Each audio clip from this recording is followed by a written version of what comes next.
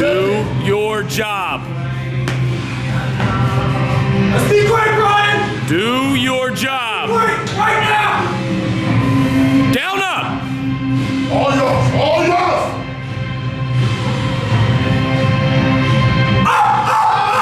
Yeah. What is happening, people? It is Brian Alsruhe from NEVERsate.com, and today I'm gonna give you guys a checklist that I personally go through before every single squat and front squat day. Just give you guys some things to think about, some mobility drills, some other drills, some things to start cueing your mind, and it does a ton to help my performance, so hopefully it will help yours as well. But first, there is some pretty exciting news. So on August 18th, so about 2.5, 3 weeks away, myself, Uncle Nick, and Dirty Andy will all be flying out to Colorado to Brian Shaw's place, where we're gonna get a bunch of videos, do some collaboration stuff, but also we're helping out with an adaptive strongman competition at Crown Mountain Strongman. It's going on at Crown Mountain Park, which is in Alsruhe, Colorado. Alsruhe, Colorado, like the man said. El Hebel. J-E-B-E-L? J-E-B-E-L, El Jebel, the American Which way is Crown Mountain Park. It's at Yeah, Crown Mountain Crown Park, Mountain which is near Aspen, I guess. Correct. But yeah, that should be an absolute amazing time. If you guys do not know anything about adaptive strongman, what the adaptive class basically means is that they are guys who are missing limbs, like they might not have their arm, or they might not have their legs,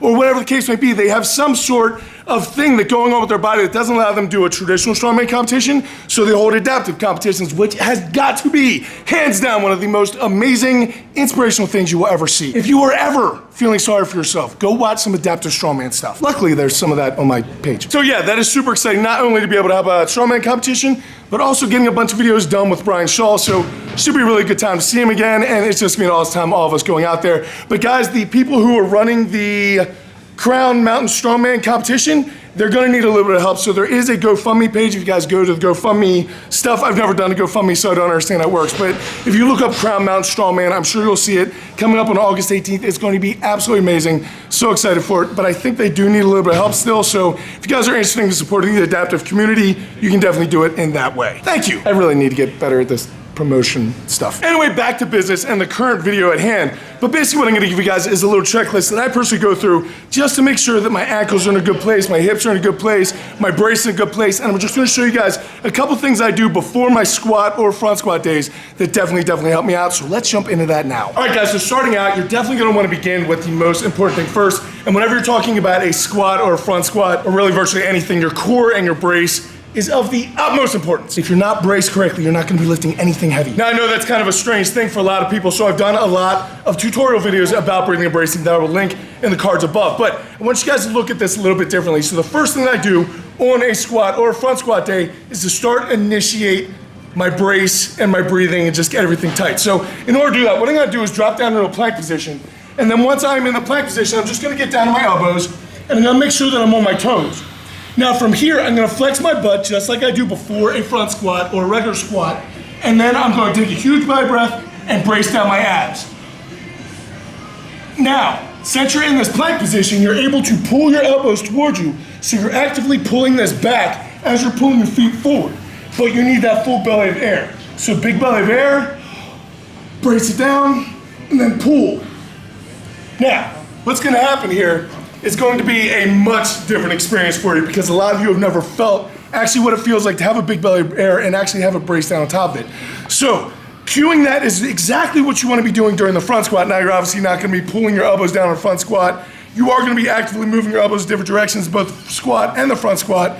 But that core brace movement of getting as much air as possible and that tight brace, you guys should have felt like your abs were almost going to cramp. That is exactly what you're looking for before you do any type of squatting thing. So between all this other stuff I'm gonna show you, I want you to drop down just for 10, 15 seconds, drop into that plank position and initiate your core. I'll also do this a lot of times between my sets just to give me a good idea of keeping my mind in the bracing game, because as always with a squat or a front squat, I always tell people, don't worry about your legs take care of themselves. You need to worry about your brace, because that goes, you don't stand a chance. All right, so after you've established that bracing cue, next thing I do is start from the ground and start working my way up. And the first thing I think about is my ankles, because if your ankles cannot flex correctly and your mobility is not good, it's gonna change the angle of your upper body. If that changes, then a squat or a front squat is gonna change drastically. So having your ankles nice and warmed up does a ton to help. So all that I really do here is take an average band and I tie it off at the bottom of a rack, just any rack or anything that's stable. Then I take the other end and stick my foot through that loop and I try to cover up the tongue of my shoe with the band. Now I'll walk my foot out so I can stick it on top of a 45-pound plate with that band pulling back, and then I start to work my ankle through all ranges of motion by moving my knee around, by moving my foot around, by moving my ankle around. I go through both sides to really try to break up any adhesions or anything weird that's kind of stopping any mobility in my ankles. All right, so moving our way up the body, but I guess we're still kind of staying on the ankles, but I'm gonna assume that you have a barbell because you are planning on squatting. Now, I usually just load the barbell with something light, like 135. It might need to be lighter, it might need to be heavier. Whatever the case may be, it's gonna depend on your mobility. But from there, all that I do is I basically deadlift the bar up, then I place it on top of my knees, kind of at the very end of my quad, before my kneecap, and then I just rock back and forth. I literally go side to side, forward to back. I try dipping my knee in from side to side. I move through all ranges of motion. That does a lot to start warming up my ankles further, as well as getting my hips and my knees kind of moving in a logical progression. More planks. All right, so next up on the checklist is gonna be your hips. So all that I do for this is take that same resistance band that I had around my ankle, except now I stick it all the way up around kind of my groin, hip flexor kind of area. Be careful. Now from there, I just start working out so I get a decent amount of tension pulling back on that band, and then I start going through a couple different stretches. I go to the front where I'm leaning in, try and get my elbow down to the ground, and then after I do that for a little bit, I will actually turn the side to start opening my hip further and do the same exact stretch, except now I'm just getting that pulling from the band to the side instead of directly back. Now, of course, I do this on both legs, but it does a ton to get my hips opened up to add to the ankles. You're already squatting more weight, theoretically. Don't forget about your plank. All right, so now continuing on the hips, I will either double up that resistance band or I will grab a slingshot and start pushing my knees outward and just do a little bit of walking from side to side to get my butt kind of initiated and firing. This is very similar to doing the ab and the planks between, what you should be doing between. Better be doing them. This just can be another cue to help you keep your knees out. This way, if your knees stay out, your ankles have good mobility, you're gonna be able to stay more upright, which automatically means you're gonna be supporting more weight, which means a bigger squat. All right, so my shirt is mostly changed color, which means that we must be getting near the end of the video, as it typically does. So next up, we're gonna be dealing a little bit with your shoulders. Now, I know a lot of people are thinking, we're squatting. What does that have anything to do with your shoulders? But you would actually be shocked at getting up your shoulder mobility, how much easier it is to meld yourself to the bar, and especially on front squats. If you don't have good shoulder mobility, you are not front squatting. So your shoulder mobility becomes very, very important. I'm just gonna show you guys a little bit of a drill that I do here. All that I do is tie off that same resistance band off a tiny bit higher on the rack, and then from there, I wrap it around my wrist, and then I turn my body and walk out.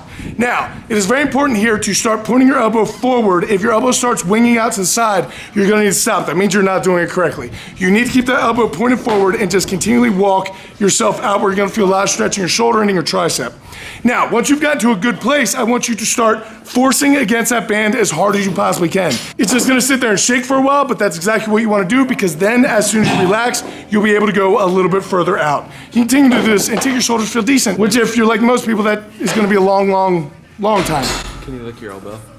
Yeah, I can lick my elbow. It's good for shoulder mobility. I can lick my elbow. Can you? Yeah. I can't. Yes, you can. No, I can't. Do it, show me. I'm not even close. No, you do it. No, because you just got you to lick your elbow on. Oh my. I already knew I couldn't do it. All right, guys, and finally we are up to our wrists. Now, this is especially important for front squats because getting in that front rack position, if your wrists are not mobile, it's not gonna go well for you at all. Unfortunately, stretching out your wrist sucks. But all that I do to accomplish this is I pick a line on the floor, I kneel down, and then I turn my hands backwards so that the heels of my palms are up against that line. Now, once I'm there, all that I need to do is literally just sit back on my heels a little bit, and I will get all of the stimulus that I desire. And then as you get more and more warmed up, you'll be able to turn your wrists further and further backwards and get a little bit more into that lean, but that will do a lot to break up anything going on in your wrists. So now, your ankles should be good, your hips should be good, your shoulders should be good, and your wrists should be good. You should be in a good place to start squatting. So there you guys go. I've done videos about how I like to warm up with a dynamic warm up and different complexes and things like that. But for those of you who are not really into that, or you're not really at that level, and what you want to do is just do a little bit of mobility before you get in your squat workout, I guarantee you if you go through this checklist, you're gonna do a lot better as far as being able to stay technically more upright, be able to support more weight just under that bar. Now, I can't guarantee that your squat's gonna get any better, but I can guarantee that if your squat is decent, that you're gonna have an easier time hitting depth, getting in those positions, and being able to generate power throughout the entire movement. So guys, I hope this was very helpful for you. This was something that I learned a long time ago. It definitely helped me a ton. Make sure you are doing those planks all the time between your sets. Do them learn how to breathe embrace because that will change your game entirely. Make sure you check out that video about the breathing embrace tutorial because that is going to absolutely take your game from JV all the way up to varsity. Is absolutely amazing. And also do not forget to support the Crown Mountain Strongman. Crown Mountain Adaptive Strongman Competition. Nick, what website can they go to? The ChallengeAmerica.com. ChallengeAmerica.com. Make sure you guys go check that out and just look up the Crown Mountain Strongman Competition for the adaptive athletes. If you guys do want to do anything to help support that, that's completely awesome. But if you guys are in the area, you want to come out, meet myself, Uncle Nick, Brian Shaw, all those people, come on out. We would love to meet you. Also, Casey Mitchell as well. If you're involved in the adaptive community, you'll know exactly who that is. But guys, thank you so much for everything. I hope that was helpful. I will catch up with you later in the week, but until I do, go out to something amazing in your lives. Keep working hard, people. Be nice to each other, and I'll see you then. Thanks, Brian. You're welcome, Nick.